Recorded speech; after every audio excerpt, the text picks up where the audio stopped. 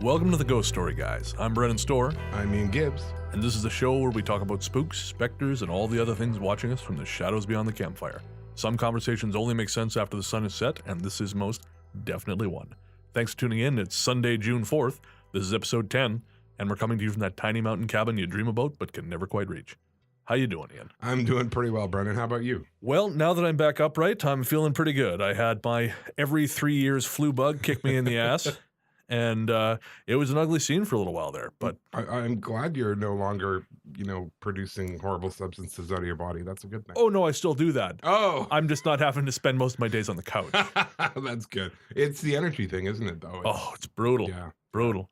I mean, I'm normally an unstoppable cannonball of fury, pointless rage. Yeah.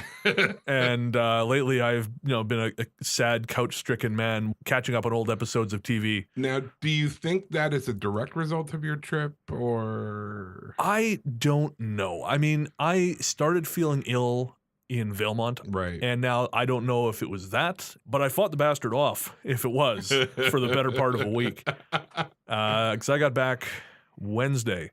And it wasn't really until Monday I got sick. Yeah. Well, and going home to your hometown can often be draining too. Well, as we'll discover, I brushed up against some stuff that was not very nice. Oh, wow. Cool. Yeah. And I mean, cool for us. Not cool for you. Well, it's good for me because then I get to say, oh, no, it wasn't just a vacation. It was an adventure. It was research? Yeah. Nice. But no, I'm happy to be home. Of course, shortly after our last show, I hit the road and went east for a while, visiting friends and family in Revelstoke, Calgary, Edmonton before coming home. Well, via a shorter route than I'd intended. Well, yeah, I saw the picture, and you actually brought some other stories home too, right? I sure did. But first, let's talk about the real story. That titanic battle that shook the airwaves and will become to be known as this generation's Rumble in the Jungle. What?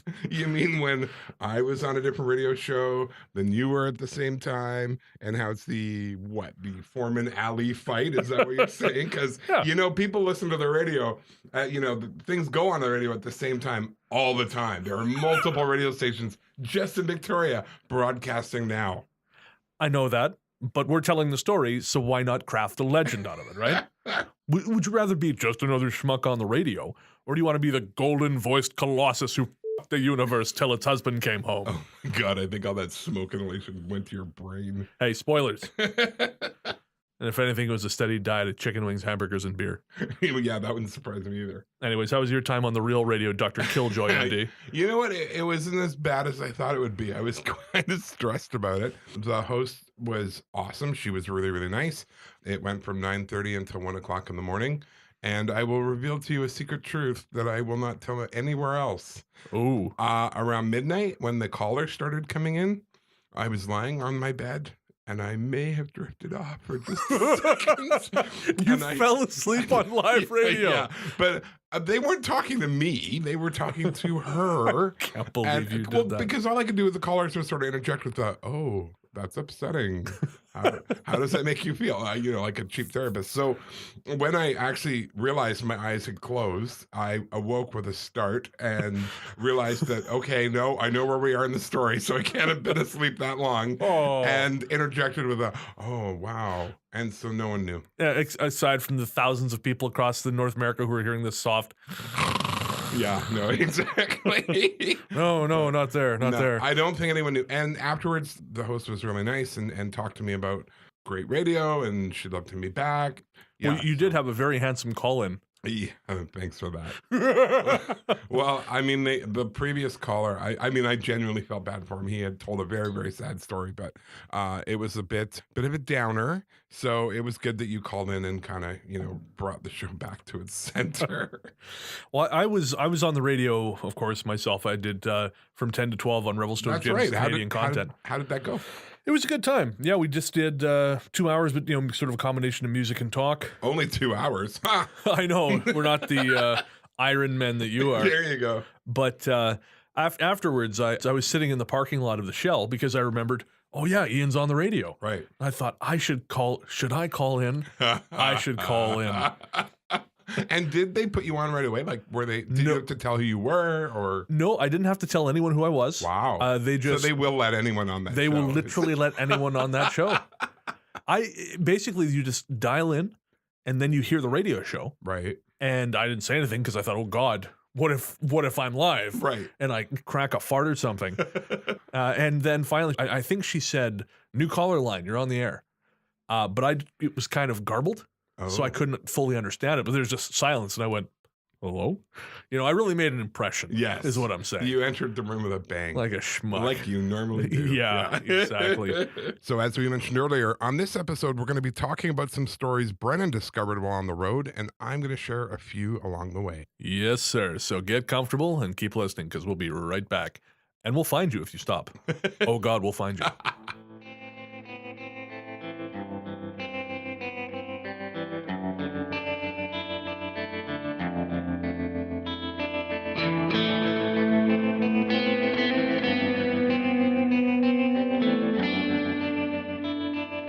Welcome back. So the first story I found was in my hometown of Revelstoke. And Revelstoke is a small town of about 8,000 people in eastern BC. Though it's on Canada's main highway, it's a remote place with 2 of the 4 roads leading from the town dead-ending in reservoirs, and the other 2 often closed by avalanches in the winter and mudslides in the summer. It's also the setting for my book, A Strange Little Place, and my stories tonight, much like my life, I suspect, begin and end there. Dark. It's that kind of place. The first story, which I picked at the beginning of the trip, has to do with what I think may be a screen memory. For those of you who don't know, a screen memory is a false memory someone has in place of their real memory of what happened. It's kind of a mental defense mechanism to prevent the ego from having to deal with whatever actually happened. Like how I remember being a sex god in high school. Yeah. In the modern context, the screen memory is frequently associated with the paranormal, usually alien abduction or contact E experiences. But it's a legitimate phenomenon with the roots in traditional psychology. Sigmund Freud actually wrote about screen memories. In one paper from 1899, he wrote about one of his own, in which he saw himself playing with other children in a very green meadow dotted by yellow flowers. And over time, therapy led him to a later memory from adolescence, in which he was in love with a girl in a yellow dress. That seems like a strange thing to block out. I've had my share of unrequited love, but none of those occasions have been psychically transmuted into me doing something else in my memory. Yeah. I mean, I remember in grade 6 or 7, there was this girl sitting ahead of me on whom I had a deep crush, and she was wearing a peach-colored bra. Oh, God. And maybe my psyche is sterner than Freud's, but I've never forgotten her in favor of a memory where I rub my face in. No. Just no. No one who lives on Earth now or in the future wants to hear you finish that disgusting sentence, you pig. Right. Grade 5 girl. Jesus. Grade 6 or 7, and I was the same age at the time. Still gross. Judge not. Glass houses. What would Jesus do? Keep going. We're all good. Right. So usually the memory serves the person well enough because they have no reason to look more closely at the experience. But when they do, the memory doesn't hold up to scrutiny. Right. For example, in the book The Messengers, Owls, Synchronicity, and the UFO Abductee, author Mike Clelland relates stories about people who seem to remember encountering owls during periods where they have difficulty accounting for their time. Oh, wow. On closer probing, their memories don't make much sense, though. Sometimes the owl's in a place where it shouldn't be, or it will be much, much larger than any owl's known to be. Come to think of it, actually, I'd love to have Clelland on here at some point in the coming months. Well, so this story that you have, do you think this is a contact E case, the one you found? I'm no expert, obviously, but I don't think this is an alien experience or a trauma. Right. But not knowing much about either, it's hard for me to say with any authority. It's very much a gut feeling. So the story is, again, from Revelstoke, and I ran into someone while I was there who I'd spoken to a few times while writing my book. And they had pointed out one particular house not far from Courthouse Square, which is a very, very densely haunted part of Revelstoke. Right. And they had said to me, that place is really haunted. I babysat there when I was a kid, and I just spent the whole time being scared. Oh, wow. And yeah, so I just thought, oh, it's a creepy story. But I was out for a walk with this person. We passed the house, and I asked them why it was creepy. I asked them to elaborate. Yeah. And the more we examined the memory, the more they realized it didn't make sense. So they said, well, I was a kid, and I was babysitting at the house. And I was babysitting the son while the parents were at a funeral. And I said, well, how did you know these people? And she stopped and went, I don't remember. Mm-hmm. I don't remember how I got the job. I don't remember who the people were. I don't remember what the son's name was. I don't know why he couldn't have gone to the funeral. I don't know why he was at home and not at school. That's a lot of questions in And- terms of not knowing what's going on. Yeah, and that's just the start, because I said to her, "What were you afraid of?" And she said, "I don't know." But she said, I remember the son never came out of his room. But at the same time, I have a very, very vivid image of him looking up at me, a little blonde boy, just Wow. gazing up at me. But she says, I cannot recall when it was he came out of the room. There's no memory of him coming out of the room. There's just this stray memory that doesn't fit of him looking up at her. Looking up at her. Wow. Yeah, and when we fixed the timeline of the memory, she would have been at most 8 or 9. Oh, wow. So she was being asked to babysit a kid, probably not much younger than herself. She probably needed babysitting herself. Yeah, and when we started to break down the setting, that's when I felt something I felt like something was wrong, Yeah. because she described the house as being completely silent, like pin drop silent. She said there was no radio, there was no television, there wasn't even any outside noise. When I asked her if she'd seen a television or a radio, she said there was a television directly across from the couch. And I said, okay, what kind of television was it? How big was it? And she remembers what she recalls was about a 32-inch television. That would have been huge for 1969. Yeah, I don't think they even made them that big. That's my thought as well. Yeah. This would have been 1969 to 1970.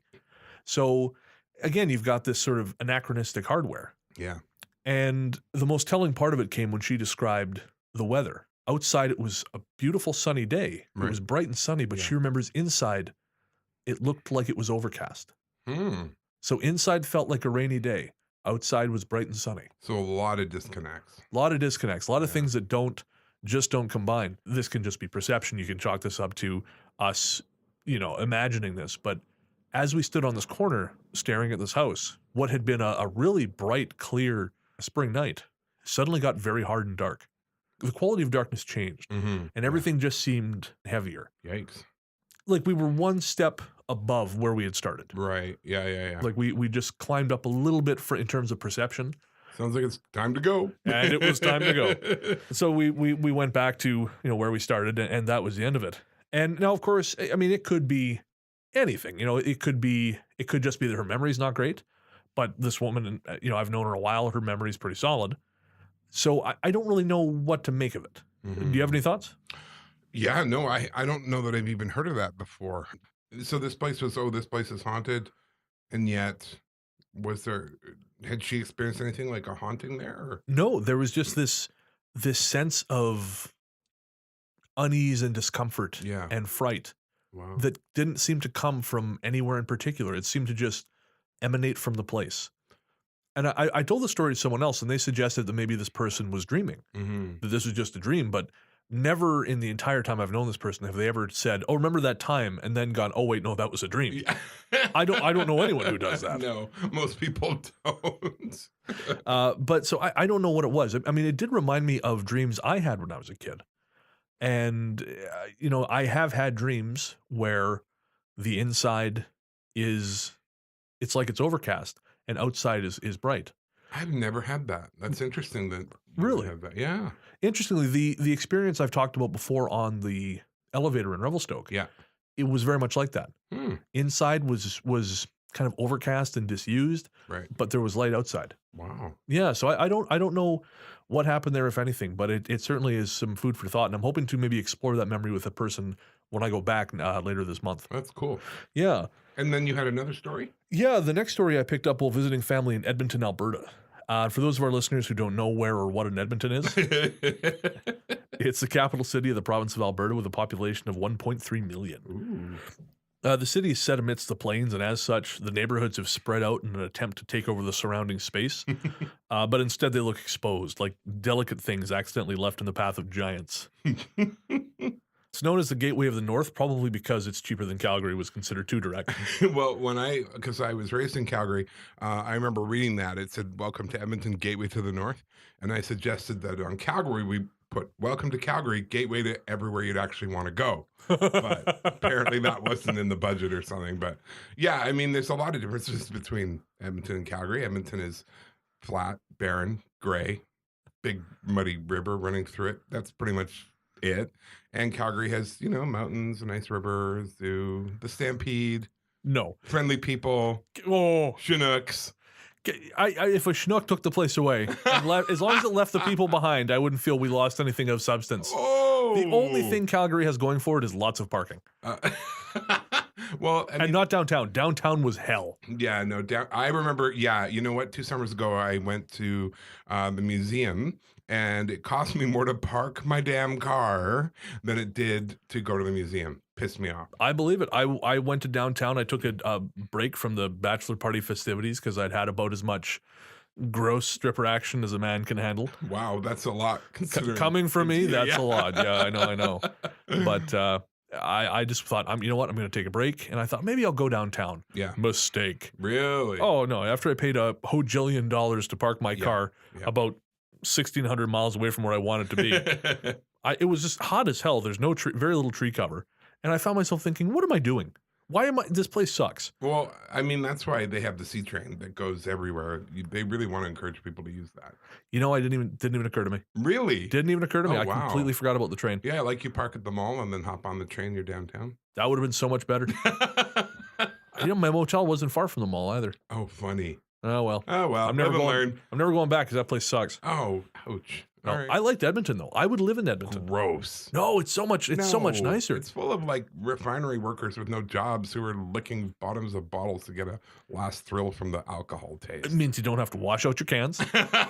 I remember driving through Edmonton and the rental market was so bad in terms of no one wanted to live there that they had signs on the sides of the buildings, rent 1 month, get 2 free, plus vacation to Hawaii. Like it was awful. But I mean, to be fair, that's Alberta. When oil is up, the economy's up. When oil is down, there's no money. No one wants to be there. So, And I love how everyone blames this on the new NDP government. Oh, as if it wasn't the previous 10 years of a conservative government that forgot to in any way prepare for the inevitable fall of oil prices. When we emigrated from England in the late 70s, the oil was just running into a bump. I think during the 80s, it was really rough. And of course, they went through all the money they'd quote unquote saved. Yeah. And Calgary went into a huge slump. So it only just came up the last few years and now it's going down again. Oh, it did? I hadn't noticed because Calgary, it looks like a bunch of buildings randomly scattered when someone tripped carrying a Connect set. Well, and it is way bigger than it was when I lived there 20 years ago. I mean, it is massive now. Oh, it's ridiculous. Yeah. I was in the one mall and I ordered some sushi. Yeah. And I thought, I'll get a roll and some tempura. Oh, they got a couple pieces of dynamite roll. Right. So I got 4 pieces of dynamite roll. First off, it all came to $30. Oh! And I nearly crapped. Yeah. And then I got the sushi, and they practically had to serve it using a backhoe. I understood why they looked at me so funny when I ordered 4 pieces of dynamite roll. Oh, they gave you 4 dynamite rolls. No. The pieces were the size of a baby's head. Oh my God, with so much rice? Rice and like a third of an egg. So, you know? So what you're saying is that a prairie town is not the best place to get sushi. Weirdly. Yes. Well, you learned that lesson, I guess. Well, I say this. You say that, and I agree. I think it's stupid. But the bachelor party that I was part of, for dinner, they said, let's all go get sushi. And I said, you guys know where the ocean is, right? Yeah. Oh, yeah, but it's expensive. Well, yeah, but so is cocaine. Go do a couple lines of blow. Just have the steak. Well, and to be fair, Alberta, I mean, I've noticed that living across the country. So if you're in New Brunswick, someone invites you for dinner, usually have scallops. That's the thing they serve. Alberta, someone invites you for dinner, you're going to be having steak. Almost guaranteed. My cousin made me some steaks. They were lovely. There you go. You come here, you're going to get salmon. Like it really is. If you're in Toronto, they take you out for dinner. Like they would never have you in their home. So, I mean, that's kind of how. That's very New York of them. It is. But I mean, that's kind of how it works. It's really interesting. So in Alberta or Texas, same thing. They're known for beef. So that is weird. So when I was in Edmonton, I caught up with some family I haven't seen in a while, and I quite liked it. So you, but I went to go see my cousin, who I again don't see very often. Mm-hmm. He took me to his house over in Mill Woods. So we were sitting out in the backyard having some beers, and we're joking about spooky stuff, as it tends to come up with me. Yeah, I know, right? You're a spooky guy. Yeah, it's true enough. So we're talking about this, and his girlfriend starts elbowing him, and she said, "Tell him about the basement." And I said, "What about the basement?" He kind of looks around and he cracks a beer and he says, well, and my cousin's a welder. He's a good guy, but he's not known for flights of fancy. No. He said, well, we were down there playing pool and this happened a little while ago. He said, I was going to make a shot and something in the dark grabbed the cue and jerked it back. Whoa. That wouldn't be cool. No. And he told me a few other things, which I won't relate on air, but I just thought it's from the street. It's just a house in one of many boring suburban neighborhoods in Edmonton. Yeah. But there's this thing there. Wow. And you could feel it. I was going to say, did you feel something? I felt something. When I was walking through the house, going out to the back at first, the living room was very dark. He had blankets over the windows. As one does. You know, yeah. When you're very hungover and you don't want to deal with the world. Yeah, no, I've been there. But I felt like there was something sitting in the far corner of the living room. Right. Looking right at me. Yikes. And I mean, going out back was fine. But I almost asked to see the basement, and I thought, no, that's hassle I don't need. Really? But you were really like, yeah, no, I don't want to see it. No, I really didn't. I thought if whatever it is that strong in you the living room, don't want to mess with it. I don't want to mess with it. No, I get that. And like I said, I kind of think brushing up against a bunch of this stuff may have what weakened my immune system a bit. Yeah. As goofy as that sounds. No, I get it. But yeah, so that was sort of my experience of Edmonton. And you have a ghost story from there, don't you? Yeah. When I was living in Calgary, I heard a story about a house in Edmonton near the Yellowhead Trail. Go on. A couple bought the house in the early 90s. The woman was divorced. She had 2 daughters from her previous marriage. Her eldest daughter, Jessica, was about 12 years old at the time. Both girls were frightened of the house. They felt nervous every time they went over for dinner. They always refused to stay overnight, though neither could explain exactly why they were so uncomfortable. On Jessica's 13th birthday, her mother and stepfather had a big birthday party for her in the backyard. Barbecue, games, the whole deal. It was a bright, sunny day, but every time one of the daughters had to go into the house for something, they would run as fast as they could because it felt like somebody was watching them. That night, however, the sisters finally agreed to sleep over, as long as they could share a bed. At the party, they were watching a movie, when suddenly from outside they heard a bang. Creeping outside to check, they saw the garbage can lid had fallen off, so they heaved a big sigh of relief, put the lid back on, and finished the movie. Finally, the two went to bed, shutting the door all the way because it felt like someone was watching them again. Jessica woke in the middle of the night, though she still can't remember exactly why. Looking around the room, she saw the door was open, just a little. Then, as she watched, the door opened wider, and standing there was her mother, or at least she thought it was. Jessica called out, "Mom?" And her mom didn't move. It was then that Jessica realized she could see through the figure, and still it wouldn't move. She woke her sister and whispered for her to look at the door. Her sister tried calling out to their mother as well, but with the same results. The two eventually got so scared they both screamed out for their mother, and a few minutes later, their real mom came rushing in. When the girls asked their mother why she'd been standing staring at them, she explained she'd been asleep until they screamed. They told her they'd seen her, and she wasn't surprised at all. She said she had seen similar things, and if it happened again, they should just tell it to go away. Not good enough for me, I gotta say. When Jessica returned with a boyfriend 7 years later, the same thing happened again, with some unknown observer watching from both the bedroom door and this time the closet. Well, that's unnerving. Yeah, that's why I always close the closet doors when I go to bed. Oh yeah, no, same here. Yeah, no, that's not cool. No. I mean, there was a bunch of places there where I thought, maybe just stepdad is weird. But I guess that's not the issue. I mean, I'm hoping not. Yeah. That's creepy. I can see why you'd think that. Did you ever, probably not, but did you ever see the old Ghostbusters cartoon with the Boogeyman? No. Okay. Never mind. For those of you out there who know what I'm talking about, it's very creepy. For those of you who don't, go check out the real Ghostbusters cartoon to do with the Boogeyman. Okay, there you go. Public service announcement. Yeah, that's right. So that story, of course, taking place on the Yellowhead Highway serves as a great transition because that's where my journey took me next. Oh, so, wow, okay. Yeah, so we'll when we come back, we'll talk a little more about that.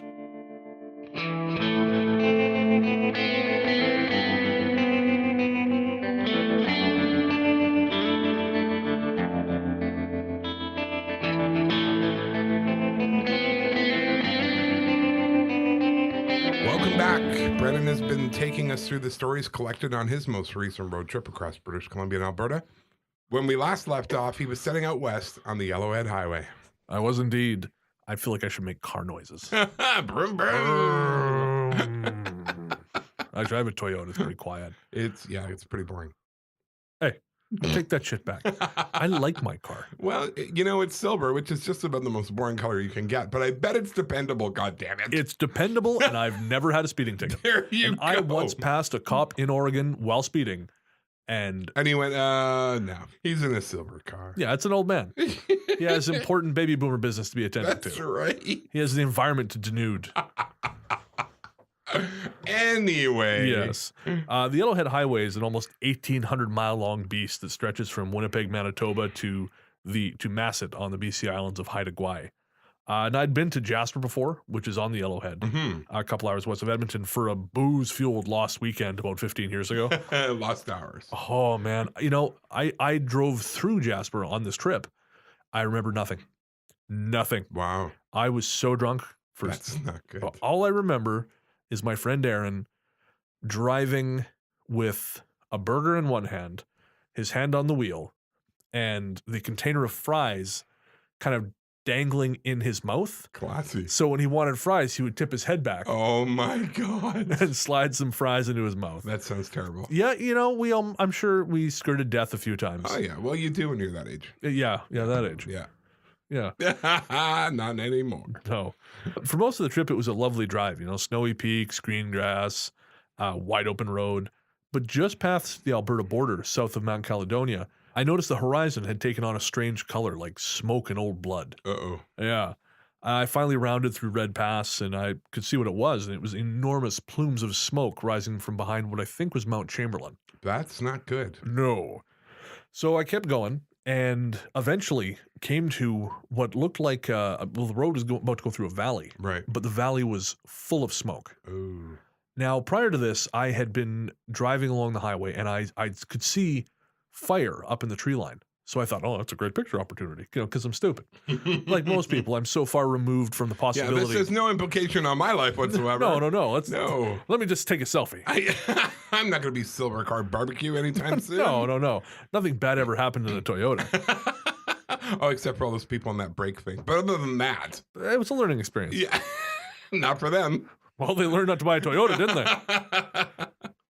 So I remember I pulled over, jumped out of the car, and I just had this flash of insight, and I thought, you know what?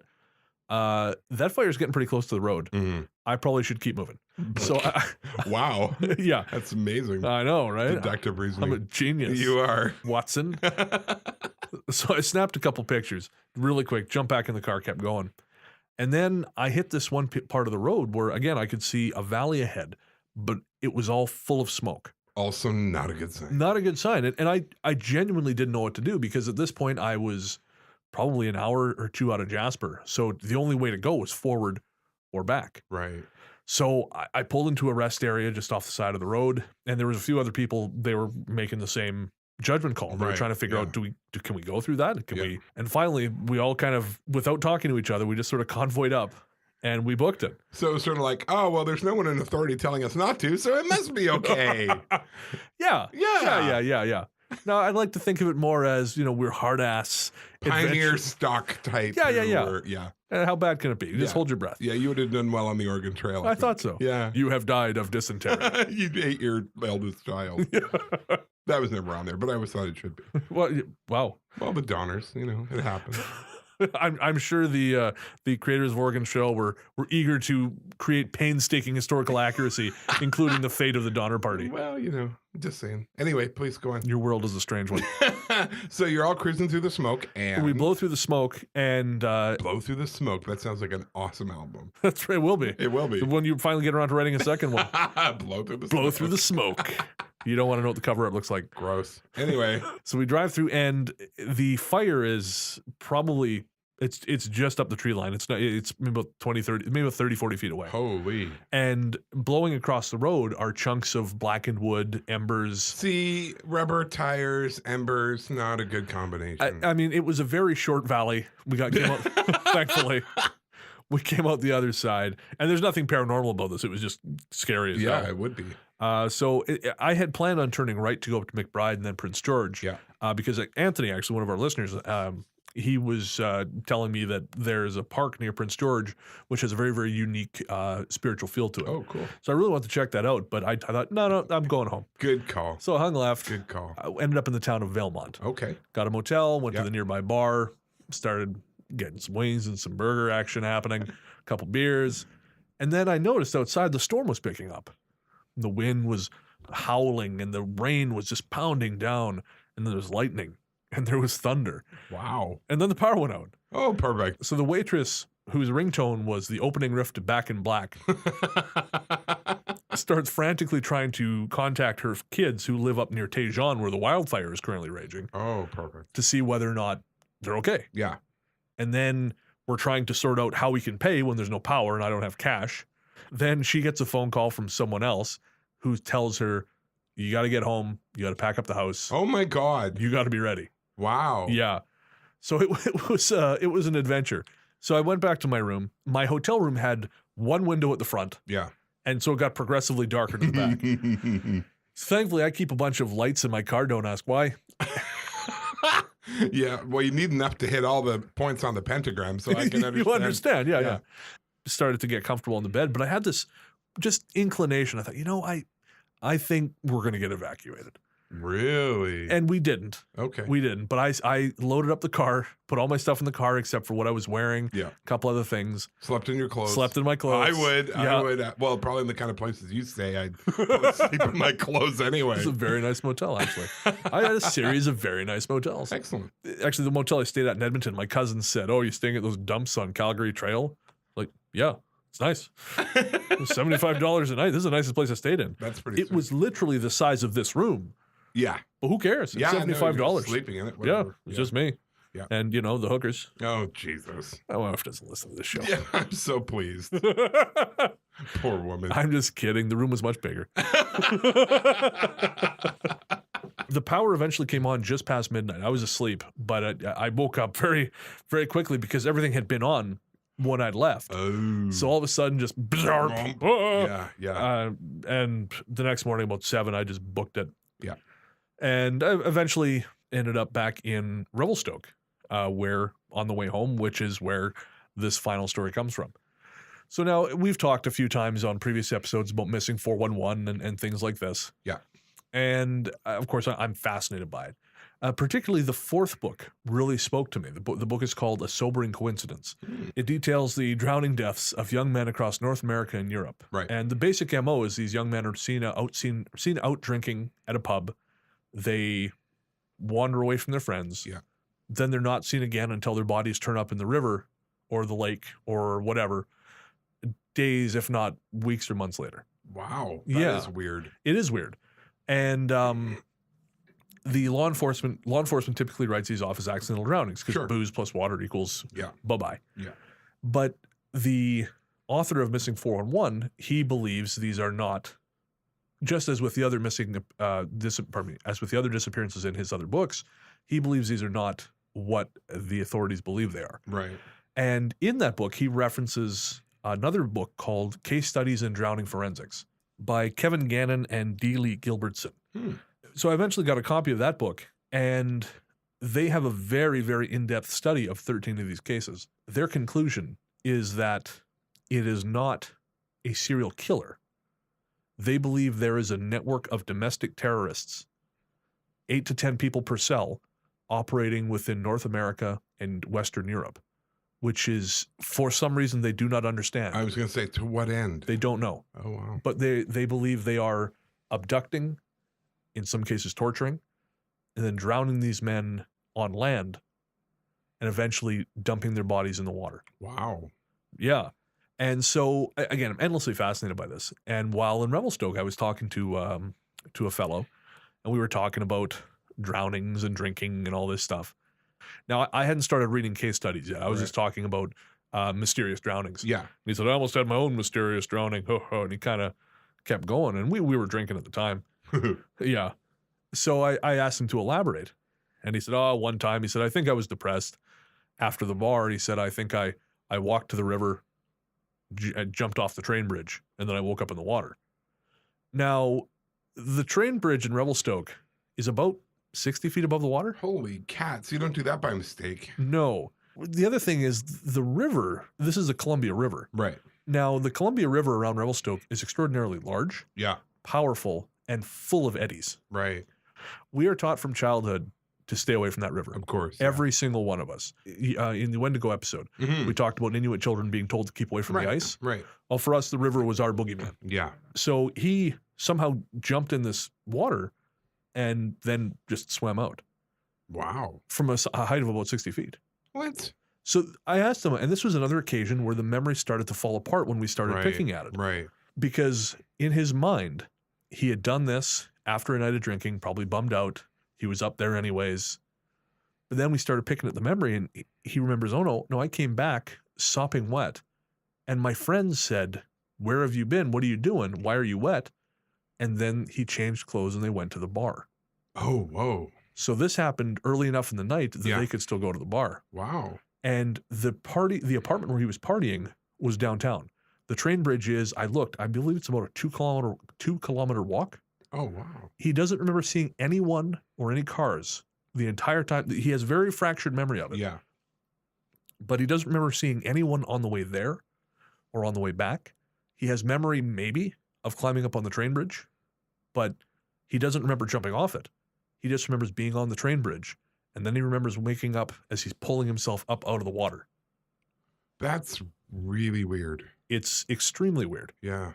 And he was really uncomfortable picking at this memory. I bet he was. Because, again, he had filed it away.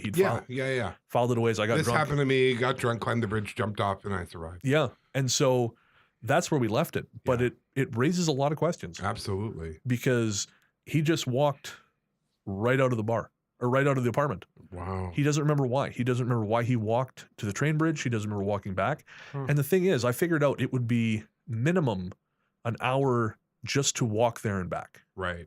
Not counting the amount of time it would have taken him to get up on the bridge, jump off the bridge, get out of the water, pull himself, climb up the embankment. Could he have done this? Absolutely. People do dumb shit when they're drunk all the time. Yeah, absolutely. Lord knows I have. Yeah. It doesn't add up in any logical sense. And the fact that his memory of it is as fractured as it is, it wasn't a blackout. No. Because he's had those and he knows what those are like. This was something else. Wow. So we have no frame of reference for it. I don't know if it's anything similar to what Gannon and Gilbertson have been investigating in America. I don't know if it's something similar to what David Paulides has been investigating with Missing 411. If it was just a drunk guy doing something dumb, or if it was something else entirely different. Well, I wonder if anyone who's listening right now has anything similar to that, because that would be really interesting. If you think you have a memory you're not sure about, I mean, maybe look at it again and let us know, because there's definitely a common thread here. Absolutely. Yeah, you can always reach us at ghoststoryguys@gmail.com. Well, that's really going to bring it to an end for us tonight. Wanted to say hi to Zach Power, who's listening right now in a haunted house very close to a very creepy graveyard. And I hope he has enjoyed this episode. Hi, Zach. Don't forget to rate and review us on iTunes. We'd love for get a nice 5 stars on there. We got a couple reviews already, so thank you to the people who've done it. Excellent. Of course, we're on SoundCloud, Stitcher. If you want to get a hold of us, you can find us on, again, ghoststoryguys@gmail.com. You can find us on Facebook, Instagram, Twitter. You can find me at Largely the Truth. For me, it's Ghost Story Guy, and I'm on Facebook as well and Twitter, but I never look at it. Yeah, fair enough. And your book is on the BC bestseller list, is it not? Shockingly, yes. That's fantastic. I got the word this week that it's number 12 of 15. So sweet. I'm pretty excited to even crack the list, to be honest with you. And that's after what, a week or 2 weeks of sales? 2 yeah, weeks. so that's that's a good thing. Yeah. And I mean, I saw your book on the ferry. Yeah. Which was pretty cool. If you are from Victoria, you know that if you have a book on BC Ferries, that's a big deal. Well, the bastards wouldn't take my book, so there you go. Take that for what you will. All right. Well, if you happen to be in Victoria this sometime this month, Fair Ian here is leading a number of the ghost walks. I am, and in July and in August. So there you go. Come on down and see us. Forcing poor Brennan to take on even more work, like the handsome young slave he is. I thought you were going to say something else. I'm so glad you didn't say that. No. Okay. We'll leave that to Bill Maher. Perfect. All right, folks. Thanks for tuning in. We'll see you again in 2 weeks. And, well, actually, it'll be a little bit less than 2 weeks. This was staggered because I was sick. So our next episode should be about a week Tuesday. Till then, take care and be good to one another.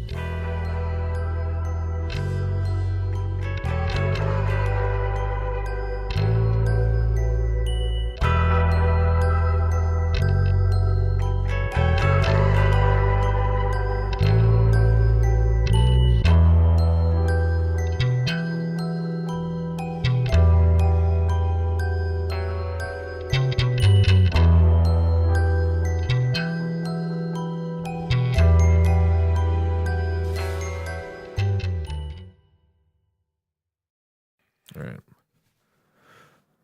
Oh, I hate that furnace. You can't really hear it through the mic. You can kind of hear it. Not really. Ugh, Just grow up. Let's go. thank you. Actually, hang on. I'm going to turn on the noise gate. Dick. Open a new window, you son of a bitch. There we go.